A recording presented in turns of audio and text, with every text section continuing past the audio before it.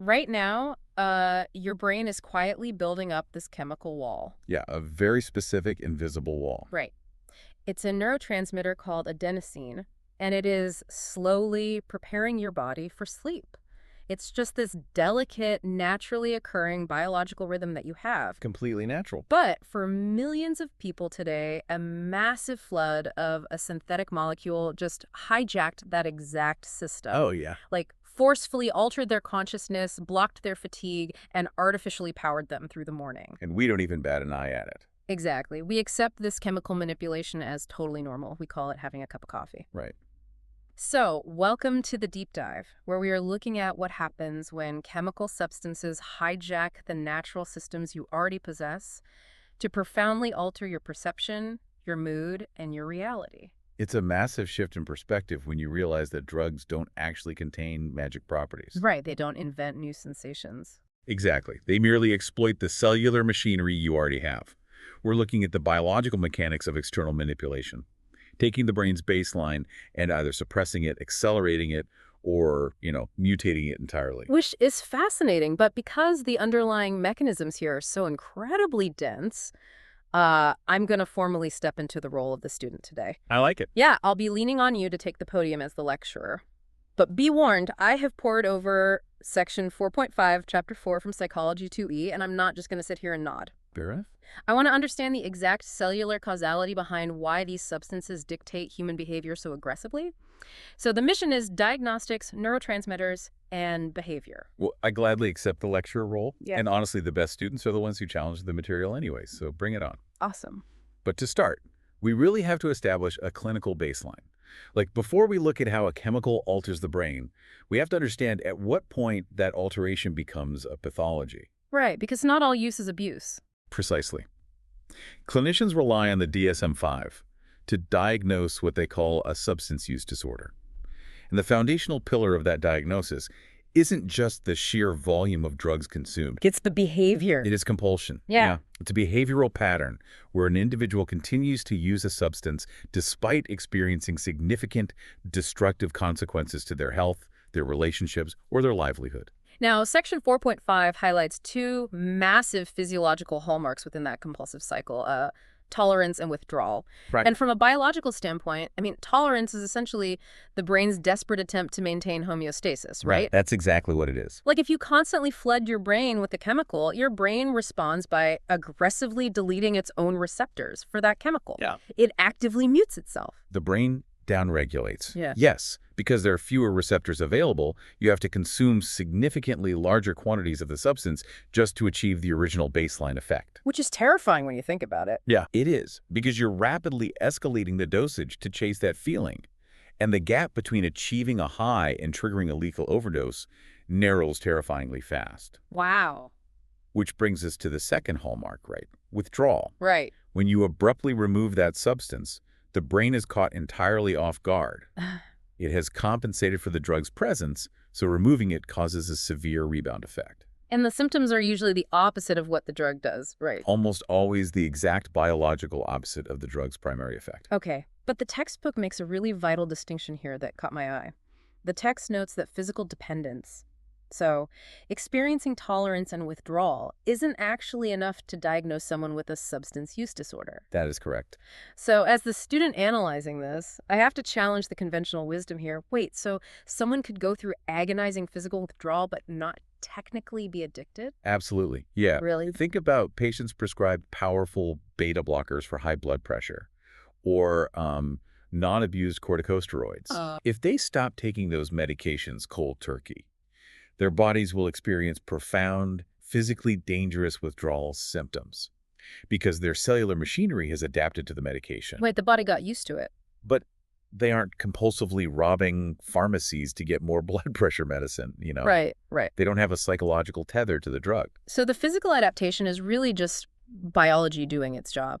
The pathology requires the psychological dependence. Exactly. Like using the substance to relieve emotional distress, the overwhelming cravings, the behavioral destruction. That psychological craving is the engine of the disorder. So now that we have that diagnostic framework, we need to look at how different classes of drugs actually execute this cellular hijacking, Let's do it. starting with the substances that force the central nervous system into a crawl, the sedative hypnotics or depressants. Okay, so this includes alcohol, barbiturates, and benzodiazepines. Right. And the text notes these are agonists of the GABA neurotransmitter system. So we know GABA is the brain's primary inhibitory neurotransmitter. It's the chemical signal that tells neurons to stop firing. So by acting as an agonist, depressants are essentially supercharging that inhibitory signal. Let's look at the microscopic level here. Yeah. When alcohol or a benzodiazepine enters the brain, it binds to specific receptor sites on the GABA-gated chloride channels. These are embedded in the membranes of your neurons. Okay, chloride channels. Normally, neurons fire when they reach a certain positive electrical charge. But when these depressant drugs unlock that chloride channel, negatively charged chloride ions come flooding into the cell body. Oh, I see. Okay, let's unpack this with an analogy. So you are hyperpolarizing the cell. You're dropping its electrical charge so low that it becomes mathematically impossible for the neuron to hit the threshold required to fire an action potential. Yes. It's basically like these drugs are pressing the brain's brake pedal. Actually, no, it's not just taking your foot off the gas pedal. It's flooding the car's engine with water so the spark plugs literally cannot ignite. That is a brilliant way to visualize it. You are causing a localized electrical blackout in the brain. Wow. And this is why low doses of depressants lower anxiety and cause a feeling of relaxed euphoria. But as the dose increases, that electrical silencing spreads. Right, because everything is slowing down. Reaction times plummet, visual acuity degrades, and eventually, the brain simply stops recording new memories. The blackout. Yeah. And at high enough doses, the brain stems stop sending the electrical signals required to keep your lungs breathing and your heart beating. So why is withdrawal from these relaxing drugs described in the text as potentially life-threatening, like requiring medical supervision? Because that biological whiplash we talked about earlier must be absolutely lethal here. It is. If your brain is constantly being silenced by heavy chronic alcohol abuse, it's going to compensate by building massive amounts of excitatory receptors just to keep you awake and functioning. Exactly. It essentially builds a highly volatile, hyperstimulated baseline. So if an individual with severe alcohol dependence suddenly stops drinking, they have instantly removed that massive influx of negative chloride ions. But the brain is still stuck in overdrive. Right. Their brain is still flooded with all those extra excitatory receptors. The result is a catastrophic electrical storm in the brain. Oh, man. It causes profound agitation, hallucinations, life-threatening seizures, and a condition known as delirium tremens. Withdrawal from severe depressant dependence is a medical emergency. That is intense. And the collateral damage isn't just limited to the user either. No, not at all. The textbook details the devastating effects of alcohol consumption during pregnancy. Because alcohol passes freely into the developing fetus, which lacks the liver enzymes to process it, it acts as a teratogen. Right. It literally disrupts the formation of fetal brain cells, leading to fetal alcohol spectrum disorder, or FASD. Infants are born with permanent, lifelong cognitive deficits and physical abnormalities. It is a stark reminder of how aggressive this chemical interference is. The brain simply cannot adapt safely when it is forced into that kind of suppression during critical development. Yeah. But, the brain also fiercely fights back when we force it into overdrive. If depressants cause an electrical blackout, the next category of drugs creates a localized power surge. Right. If depressants hit the brakes, it's time to look at the drugs that slam on the gas. Stimulants. Yes. We're talking about cocaine, amphetamines like crystal meth, MDMA, nicotine, and caffeine. If depressants hijack the GABA system, stimulants largely hijack the dopamine system. Exactly. And dopamine is the foundational chemical of the brain's reward and motivation circuitry. It is the chemical that signals this is critical for survival, do this again. When you eat calorie-dense food or successfully reproduce, your brain releases dopamine to reinforce the behavior. Makes sense. Stimulants ruthlessly exploit this pathway. Take cocaine, for example. Normally, a neuron releases dopamine into the synaptic, cleft the gap between cells to send a pleasure signal. Once the signal is received, the brain vacuums that dopamine back up into the original cell through transporters. This is called reuptake. Right. Cocaine physically blocks those transporters. It plugs the vacuum.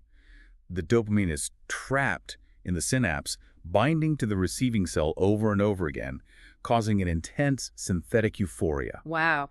And Amphetamines take a step further. I was analyzing this mechanism, and it's mind-blowing. Amphetamines don't just block the reuptake vacuum, they actually reverse it. Yes, they do. They enter the presynaptic neuron, crack open the vesicles storing the dopamine, and force the transporters to actively pump massive amounts of dopamine out into the synapse. It's incredibly aggressive. It's like breaking into a bank vault by blowing the doors off to get the cash out while simultaneously cutting the phone line so the bank tellers can't report the robbery and clean up the mess. That is exactly what it's like.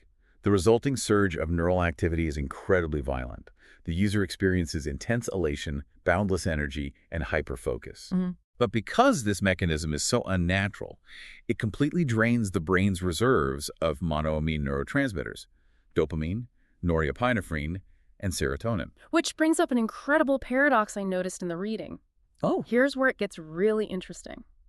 If amphetamines cause this massive surge of energy and hyperarousal, why on earth are therapeutic doses of amphetamines prescribed to treat attention deficit hyperactivity disorder? The ADHD paradox. Yes. ADHD is defined by impulsivity and hyperactivity. Prescribing a stimulant to a hyperactive patient sounds completely backward.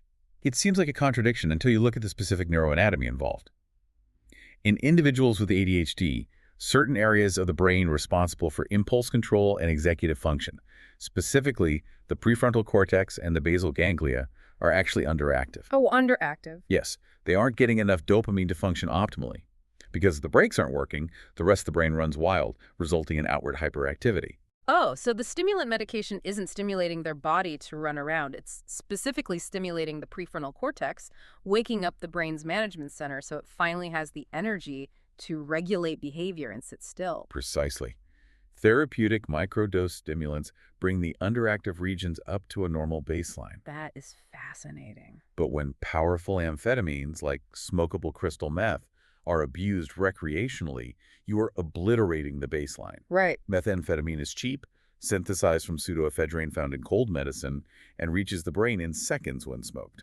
Yeah, the textbook describes these horrifying days-long binges known as runs, where users completely forego food and sleep, driven purely by the dopamine hijack. It's brutal. And the physical destruction is rapid, right? Severe dental decay known as meth mouth, skin lesions from compulsive scratching. But the psychological aftermath is what truly terrifies me as a student of this material. Because the drug forces the brain to dump its entire supply of monoamines. When the high inevitably crashes, the vault is completely empty. There's nothing left. Exactly. The brain physically lacks the chemicals required to experience baseline happiness or motivation. This leads to profound mood dysphoria, severe paranoia, and an overwhelming emptiness. God. The user is trapped. They don't even use the drug to feel high anymore. They use it out of sheer desperation to escape the neurological void they've created. It's a dark, cyclical trap. But, to bring this back to everyday life for you listening, let's look at the stimulant you probably consumed this morning, caffeine. Oh, yes. The textbook includes this incredibly striking case study of a 40-year-old woman suffering from caffeine dependence. She was drinking 3 liters of caffeinated soda a day. 3 liters. Yeah. And she presented with worsening depression, warning signs of cardiovascular disease, and diabetes. It perfectly illustrates that legal, culturally accepted substances still enact profound chemical changes. Definitely. And caffeine's primary mechanism of action is actually quite unique compared to cocaine or meth. It doesn't primarily flood the brain with dopamine. Instead, it acts as an antagonist for adenosine receptors. Right. Going back to that chemical wall we mentioned at the start of the deep dive, adenosine naturally builds up in the brain while you are awake, and when it binds to its receptors, it inhibits neural firing and promotes sleepiness. Yes, and caffeine molecules happen to have a very similar physical shape to adenosine molecules. So caffeine rushes in and parks itself in those adenosine receptors, blocking them entirely. So caffeine doesn't actually give you energy? Nope. It just puts up a barricade, so your brain is chemically incapable of feeling how exhausted it truly is. Your engine is running on fumes, but caffeine severed the wire connecting the gas tank to the dashboard indicator. That's exactly it. And when you consume the equivalent of 3 liters of soda, you completely dismantle the brain's ability to regulate sleep and autonomic functions. Which explains her symptoms. Right. You get insomnia, severe agitation, muscle twitching, and an irregular heartbeat. Once the woman in the case study tapered her intake down to less than 12 ounces a day, her physiological crisis resolved. It's a matter of respecting the neurochemistry. Absolutely. Well, from the pursuit of energy, we have to transition to the pursuit of numbness. Yes. We've looked at suppressing the brain and accelerating it, but now we arrive at a category of drugs designed specifically to sever the conscious experience of pain. Opioids. The deadliest category. Yeah. Looking at the data in the textbook, this represents the deadliest pharmacological crisis in modern history. The opioid category includes heroin, morphine, methadone, and prescription analgesics like hydrocodone and oxycodone. To understand their catastrophic abuse potential, you first have to realize that human beings possess an endogenous opioid neurotransmitter system. Meaning our bodies naturally manufacture our own internal painkillers. Yes. Like when you run a marathon or sustain a severe physical trauma, your body releases small amounts of endogenous opioids endorphin. Endorphins, right. And they bind to opioid receptors located in the brainstem, the spinal cord, and the limbic system, simultaneously blocking the transmission of pain signals and triggering a mild natural euphoria to help you survive the trauma. Exactly. Now, when a patient consumes a synthetic opioid like OxyContin or injects heroin, they are flooding those exact same receptors with an exogenous compound that is orders of magnitude more powerful than what the body could ever produce naturally. It's overwhelming the system. It perfectly mimics the natural pain relief architecture, which makes the human body fiercely susceptible to it. The timeline detailed in Section 4.5 is just a tragic cascade of medical miscalculation and market economics. I mean, by 2019, an average of 130 people in the United States were dying every single day from an opioid overdose. It's devastating. How did a medical painkiller spiral into a black market crisis like this? Well, the crisis was fundamentally ignited in the 1990s. Pharmaceutical companies began aggressively mass-marketing powerful prescription opioids, explicitly claiming to the medical community that their new delayed-release formulations were non-addictive. Unbelievable. Physicians, believing the data, began prescribing them for everything from minor surgeries to chronic back pain. We now know the non-addictive claims were entirely false. Because the biological reality, as the text makes horrifyingly clear, is that the human body can become physically dependent on opiate drugs in less than a week. Yes, under a week. Under a week of taking a pill exactly as a doctor prescribed, and the brain has already downregulated its opioid receptors. So when the prescription runs out, the patient experiences severe withdrawal. Opioid withdrawal feels like a catastrophic case of the flu. Severe aches, chills, vomiting, and intense hypersensitive pain all over the body. Oh, man. And here is where the psychological trap snapshot. Patients would experience this agonizing withdrawal pain and misinterpret it as a return of their original injury. Oh, where? They thought they were still hurt. They believed they were still injured, so they would seek out more pills. A completely vicious loop. And then the textbook points out that in 2013, the FDA finally recognized the scale of the disaster and recommended much tighter controls on opiate prescriptions. They tried to turn off the faucet. They did. But the unintended consequence was devastating.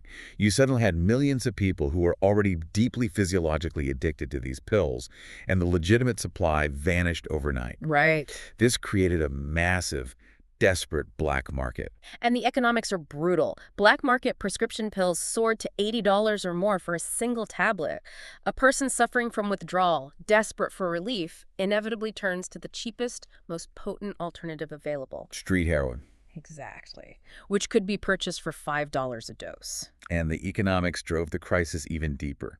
To maximize profits and keep the product highly potent, illicit drug cartels began lacing the heroin with synthetic opioids like fentanyl. Fentanyl. Fentanyl is so monumentally potent that a microscopic dose, literally the size of a few grains of salt, can bind to the receptors in the brainstem and completely shut down the respiratory system. The user simply stops breathing. Yes. That is how a medical painkiller evolved into a street-level mass casualty event. The only sliver of hope the text offers is the expansion of public health initiatives, specifically increasing access to overdose reversal drugs like naloxone. Yes, naloxone is crucial. Because naloxone is an opioid antagonist, if emergency responders find someone overdosing, they can administer it, and it will aggressively rip the fentanyl off the receptors, instantly reversing the respiratory failure. It literally ejects the hijacking chemical. It is a critical, life-saving intervention, though it obviously triggers immediate violent withdrawal in the patient. Right, because it just suddenly strips all the opioids away. Exactly. Well, having covered the drugs that suppress the electrical grid, the drugs that cause massive power surges, and the painkillers that sever our connection to physical reality, the textbook presents one final category. Hallucinogens.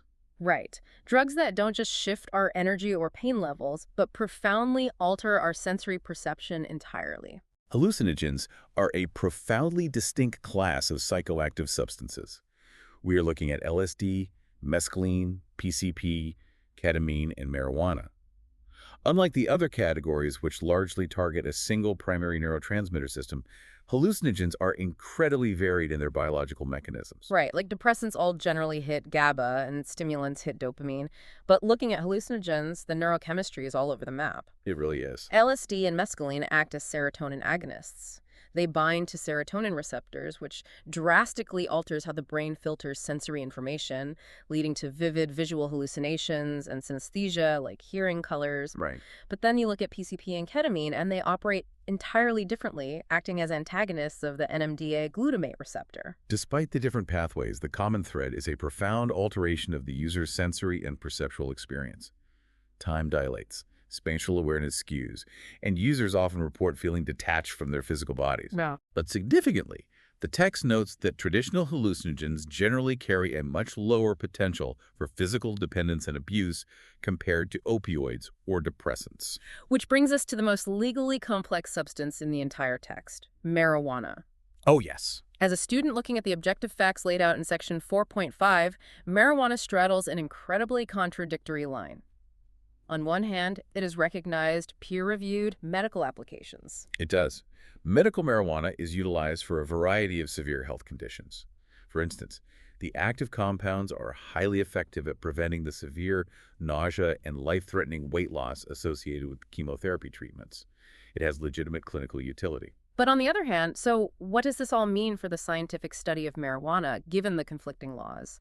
Because the United States federal government still classifies it as an illicit Schedule I substance, treating it legally the same as heroin. And that federal classification creates a massive bottleneck for scientific progress. I can imagine. Because it is federally illegal, researchers face immense bureaucratic hurdles to conduct the large-scale, controlled clinical trials required to fully map its medicinal benefits and long-term side effects. That's a roadblock. Scientists are constantly petitioning the government to relax the classification, not necessarily for recreational legalization, but simply to allow unhindered medical research.